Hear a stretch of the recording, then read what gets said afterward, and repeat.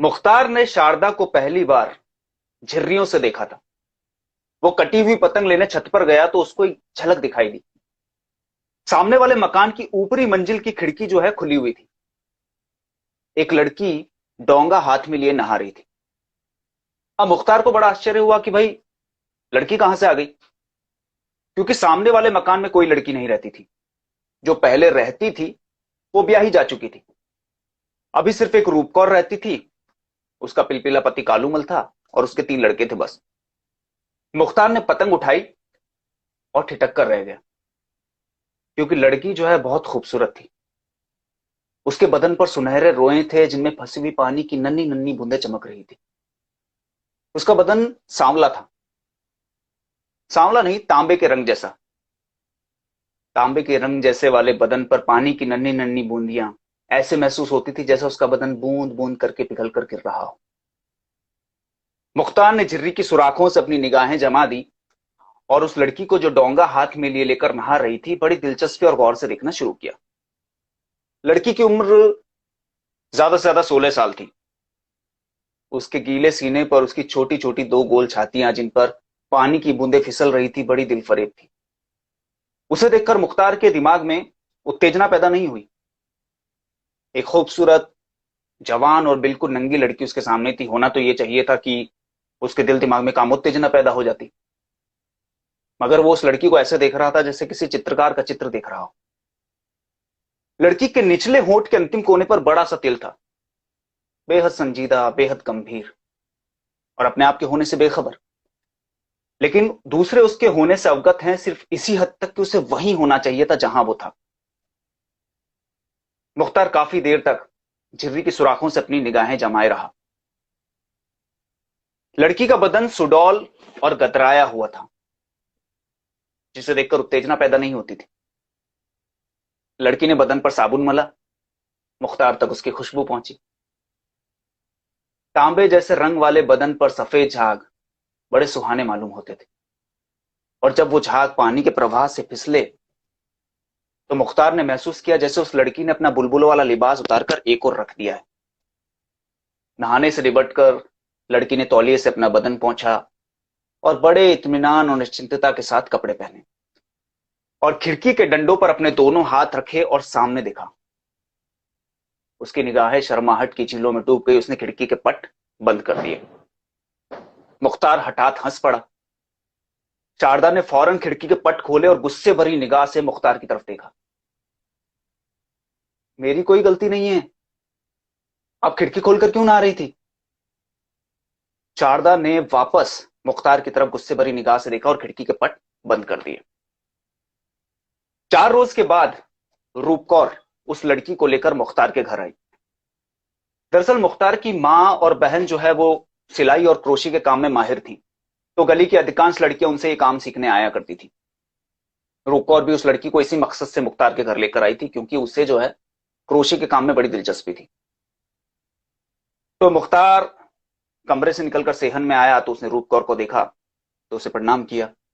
जब उसकी निगाह लड़की पर पड़ी तो लड़की सिमट सी गई। वो मुस्कुराकर वहां से चला गया। अब लड़की रोजाना मुख्तार के घर आने लगी। मुख्तार को देखती तो सिमट सी जाती। धीरे धीरे उसकी ये प्रतिक्रिया कम हुई और ये ख्याल कुछ हद तक उसके दिमाग से लुप्त हुआ कि वो नहा रही थी और मुख्तार उसे झिर्री में से देख रहा था। मुख्तार को मालूम हुआ कि लड़की का नाम शारदा है, रूपकौर के चाचा की लड़की है, किसी गरीब रिश्तेदार के यहां रहती थी, अनाथ है, एंट्रेंस पास है और बहुत बुद्धिमान है, क्योंकि उसने क्रोशे का मुश्किल से मुश्किल काम चुटकियों में सीख लिया था। दिन गुजरते गए। इस दौरान मुख्तार ने महसूस किया कि वो शारदा की मोहब्बत में गिरफ्तार हो गया है, और ये सब कुछ बहुत धीरे धीरे हुआ। जब मुख्तार ने शारदा को झिर्री में से देखा था तो उसके सामने एक दृश्य था, बड़ा मनमोहक दृश्य। लेकिन अब शारदा उसके दिल में बैठ गई थी। मुख्तार ने अपने आप को कई बार समझाने की कोशिश की कि भाई ये मोहब्बत का मामला गलत है, क्योंकि शारदा हिंदू है और एक मुसलमान हिंदू लड़की से मोहब्बत करने का साहस कैसे कर सकता है। लेकिन वो बहुत कोशिश करने के बाद भी अपने दिल से इस प्रेम की भावना को ना मिटा सका। अब शारदा मुख्तार से बातें करने लगी थी, लेकिन खुलकर नहीं, क्योंकि जैसे वो मुख्तार को देखती थी उसके दिमाग में वही ख्याल आता था कि वो नहा रही थी और मुख्तार उसे झिर्री में से देख रहा था। एक रोज मुख्तार की मां और बहन दोनों अपने किसी रिश्तेदार के चालीसे में गए थे। शारदा रोजाना की तरह सुबह 10 बजे अपना थैला उठाए मुख्तार के घर आई। मुख्तार सेहन में चारपाई पर लेटा अखबार पढ़ रहा था। बहन जी कहाँ हैं? मुख्तार के हाथ कांपने लगे। वो वो तो कहीं बाहर गई हैं। और माता जी? वो भी उनके साथ बाहर गई हैं। शारदा ने तनिक घबराई हुई निगाहों से मुख्तार की तरफ देखा। जी नमस्ते कहकर जाने लगी। मुख्तार ने फौरन आवाज दी, ठहरो शारदा। शारदा को जैसे बिजली के करंट ने छू लिया। जी? मुख्तार चारपाई पर से खड़ा हुआ। बैठ जाओ, वो लोग अभी आती होंगी। शारदा बोली, जी नहीं मैं जाती हूं, और कहकर भी वो वहीं खड़ी रही। मुख्तार ने हिम्मत से काम लिया, आगे बढ़ा और शारदा की कलाई पकड़कर, एक मिनट मेरी आवाज आ रही है क्या?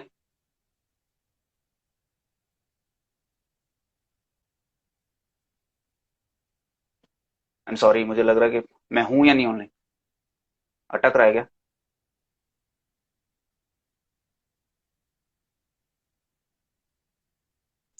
ठीक चल रहा है सर। आ रही ओके है ठीक है, आवाज। सॉरी। ओके,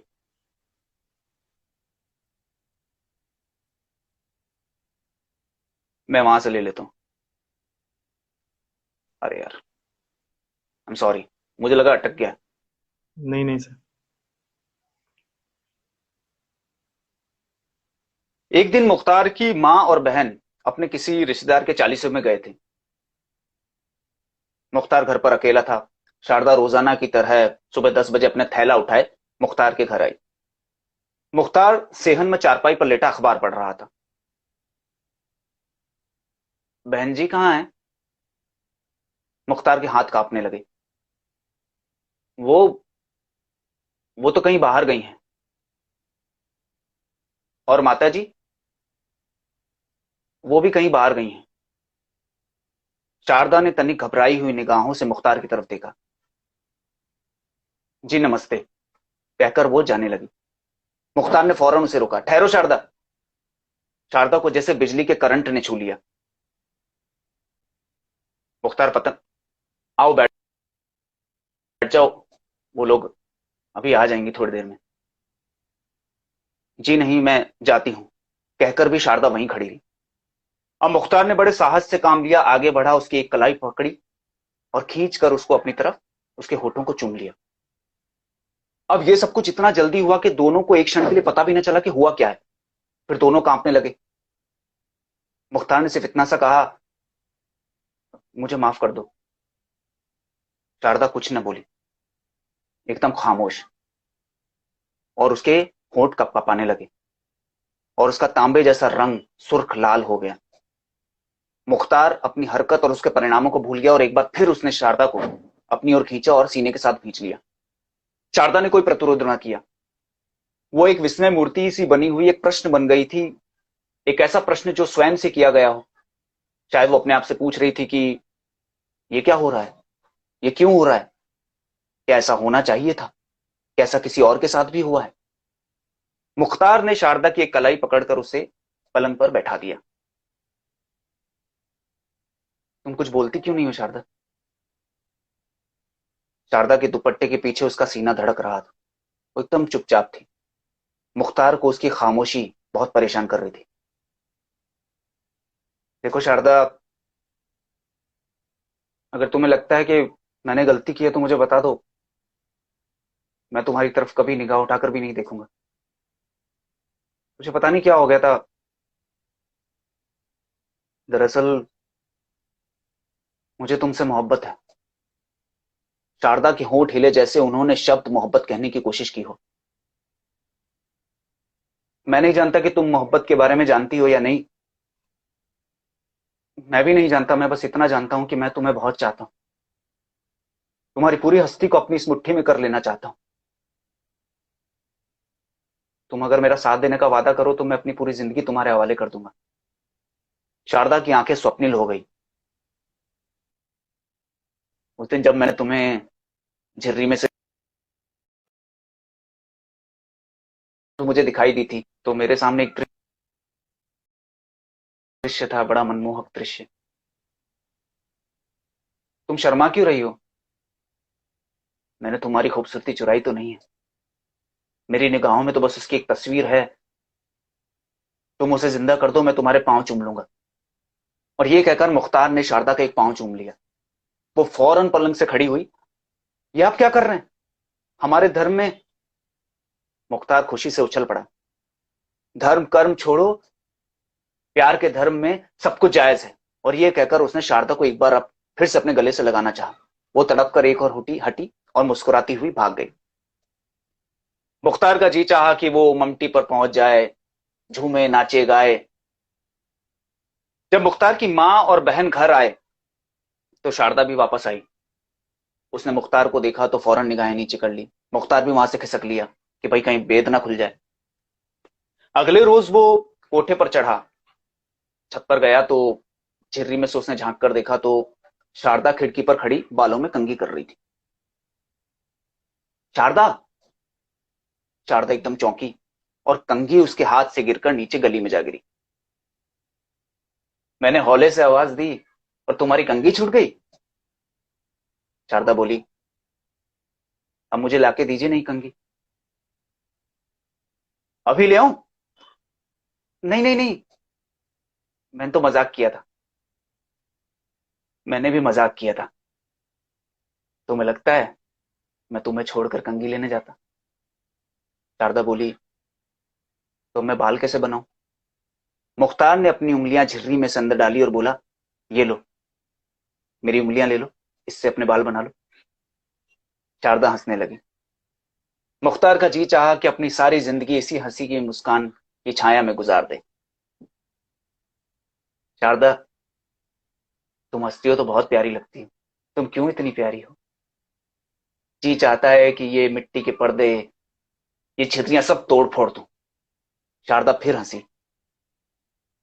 तुम्हारी ये हंसी कोई और न देखे, तुम्हारी ये हंसी कोई और न सुने। मैं इसके इर्द गिर्द अपने होठों की दीवार खड़ी कर दूंगा।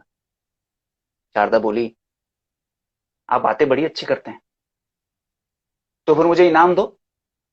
मोहब्बत की एक हल्की सी निगाह झिर्री से मेरी तरफ फेंक दो, मैं उन्हें पलकों में उठाकर अपनी निगाहों में छुपा लूंगा। मुख्तार ने शारदा के पीछे एक छाया सी देखी तो वो फौरन खिड़की से हट गया। जब वो थोड़ी देर बाद वापस आया तो खिड़की खाली थी, शारदा जा चुकी थी। अब शारदा और मुख्तार जो धीरे धीरे धीरे घी शक्कर हो गए। तन्हाई का जब भी मौका मिलता खूब प्यार मोहब्बत की बातें होती। खूब प्यार मोहब्बत की बातें होती। एक रोज शारदा के घर पे कोई नहीं था। अ, रूप कौर और उसका पति कालूमल कहीं बाहर गए थे। मुख्तार गली में से गुजर रहा था तो उसको एक कंकड़ लगा। तो उसने ऊपर देखा तो शारदा थी। शारदा ने हाथ के इशारे से उसे घर पे बुला लिया। कोई नहीं था, पूरा एकांत था। खूब बातें हुई। मुख्तार ने उससे कहा, उस दिन मैंने गुस्ताखी की थी और माफी मांग ली थी। आज फिर गुस्ताखी करने का इरादा रखता हूं लेकिन माफी नहीं मांगूंगा। और ये कहकर मुख्तार ने अपने होंठ शारदा के कपकपाते होठों पर रख दिए। शारदा ने शर्मीली शरारत से कहा, अब माफी मांगिए। जी नहीं, क्योंकि अब आपके ये होठ आपके नहीं है, मेरे हैं। क्या मैं झूठ कहता हूं? शारदा ने अपनी आंखें नीचे कर ली और बोली, ये होठ क्या, मैं भी आपकी हूं। मुख्तार एकदम संजीदा हो गया। देखो शारदा, अच्छे से सोच समझ लो। मैं तुमसे वादा करता हूं, खुदा की कसम खाकर कहता हूं कि मैं हमेशा तुम्हारा रहूंगा। तुम्हारे अलावा मेरी जिंदगी में कोई और औरत नहीं आएगी। मेरी मोहब्बत हमेशा साबित कदम रहेगी। क्या तुम इसका वादा करती हो? शारदा ने अपनी निगाहें ऊपर की, मुख्तार की तरफ देखा और कहा, मेरा प्रेम सच्चा है। मुख्तार ने शारदा को अपने सीने से भींच लिया और कहा, मैं कितना खुशकिस्मत हूं शारदा। तुम्हारा प्यार अगर मुझे नहीं मिलता तो मैं सच में आत्महत्या कर लेता। तो मेरी बाहों में तो ऐसा महसूस होता है जैसे सारी दुनिया की खुशी मेरी झोली में है। शारदा ने अपना सिर मुख्तार के कंधे पर गिरा दिया और कहा, आप बातें करना जानते हैं, मुझसे अपने दिल का हाल नहीं कहा जाता। फिर दोनों एक दूसरे में काफी देर तक खोए रहे। मुख्तार जब वहां से लौटकर अपने घर आया तो एक नए आनंद से ओतप्रोत उसकी आत्मा थी। वो काफी देर तक सोचता रहा। फिर अगले दिन वो कलकत्ता चला गया, जहां उसका बाप कारोबार करता था, और 8 रोज के बाद वापस लौट कर आया। शारदा रोजाना की तरह क्रोशे का काम सीखने उसके घर आई। शारदा ने निगाहों ही निगाहों में मुख्तार से बहुत बातें की। कहाँ चले गए थे? कलकत्ता चले गए, मुझे बताना जरूरी भी नहीं समझा। मोहब्बत के बड़े बड़े दावे करते थे। जाओ, मैं तुमसे बात नहीं करती, क्या कहना चाहते हो? मुख्तार बहुत कुछ कहना चाहता था। वो शारदा से लंबी बातचीत करना चाहता था, लेकिन मौका नहीं था। 2 रोज तक निगाहों ही निगाहों में बातें होती रही। आखिर तीसरे रोज शारदा ने मुख्तार को अपने घर बुलाया, क्योंकि उसके घर पर कोई नहीं था। मुख्तार को शारदा जो है सीढ़ियों में मिल गई, तो उसने उसे गले से लगाना चाहा। वो तड़प कर ऊपर चली गई। जाहिर सी बातें नाराज थी। मुख्तार पलंग पर बैठा और बोला, इधर आओ शारदा, मेरे पास बैठो। मुझे तुमसे बहुत जरूरी बात करनी है, बहुत बहुत जरूरी। शारदा उसके पास आकर बैठ गई और बोली, जाओ, मैं आपसे बात नहीं करती। पहले मुझे ये बताओ कि मुझे बिना बताए कलकत्ता क्यों चले गए? पता है मैं कितना रोई? मुख्तार ने शारदा की आंखें चूम ली और बोला, शारदा, उस रोज जो कुछ भी हुआ उसके बाद सोच विचार करना जरूरी था। तुम्हारी और मेरी हैसियत मियां बीवी की थी। मैंने कदम बढ़ाया, तुमने भी नहीं रोका, और हम एक ही बार में कई मंजिलें पार कर गए और सोचा भी नहीं कि हमें जाना किस तरफ है। तुम समझ रही हो ना शारदा? शारदा ने अपनी निगाहें नीचे कर ली और कहा, जी। मुख्तार ने शारदा के दोनों हाथ अपने हाथों में लिए और बोला, शारदा, मैं कलकत्ता अब्बाजी से मशवरा करने गया था, और तुम्हें जानकर खुशी होगी कि वो राजी हो गए हैं। अब हम शादी कर सकते हैं। शादी? हाँ हाँ, शादी। इसमें मुश्किल ही क्या है? तुम मुसलमान हो जाना। मुसलमान? हाँ हाँ, मुझे पता है तुम्हारे घर वाले थोड़ा हंगामा मचाएंगे, पर चिंता मत करो, मैंने उसका पूरा इंतजाम कर लिया है। हम यहां से गायब हो जाएंगे, सीधा कलकत्ता जाएंगे। बाकी का काम जो है अब्बा जी के सुपुर्द है। जिस दिन हम वहां पहुंचेंगे उसी दिन मौलवी जी को बुलाकर तुम्हें मुसलमान बना देंगे, और शादी भी उसी दिन हो जाएगी। शारदा एकदम खामोश रही। क्या हुआ शारदा, कुछ बोलती क्यों नहीं? तुम हिंदू हो जाओ, मैं हिंदू हो जाऊं। मैं हिंदू कैसे हो सकता हूं? तो मैं मुसलमान कैसे हो सकती हूँ? तुम मुसलमान क्यों नहीं हो सकती? तुम मुझसे मोहब्बत करती हो ना? और फिर हिंदू मजहब भी कोई मजहब है? गाय का पेशाब पीते हैं, बुत पूजते हैं। मेरा मतलब, अपनी जगह वो मजहब भी ठीक है, लेकिन इस्लाम का मुकाबला नहीं कर सकते। देखो, मेरी बात सुनो। अगर तुम मुसलमान हो जाओगी तो हमारी शादी हो जाएगी, हम एक साथ रहेंगे। शारदा का तांबे जैसा रंग एकदम जर्द पड़ गया। वो फौरन पलंग से खड़ी हुई और बोली, चलिए आप जाइए यहां से, चलिए, वो लोग आने वाले होंगे। लेकिन शारदा, क्या हुआ? हम दोनों तो एक दूसरे से मोहब्बत करते हैं ना, क्या हुआ? तुम नाराज क्यों हो रही? नहीं नहीं, आप चलिए यहां से, वो लोग आने वाले होंगे, जाइए आप। शारदा, ये क्या कह रही हो तुम? नहीं, हम हिंदू बहुत बुरे हैं, हमारा मजहब बुरा है, तुम मुसलमान बहुत अच्छे हो। यह कहकर शारदा दूसरे कमरे में चली गई और उसने अपना दरवाजा बंद कर लिया। मुख्तार अपना इस्लाम सीने में दबाए वहां से चला गया।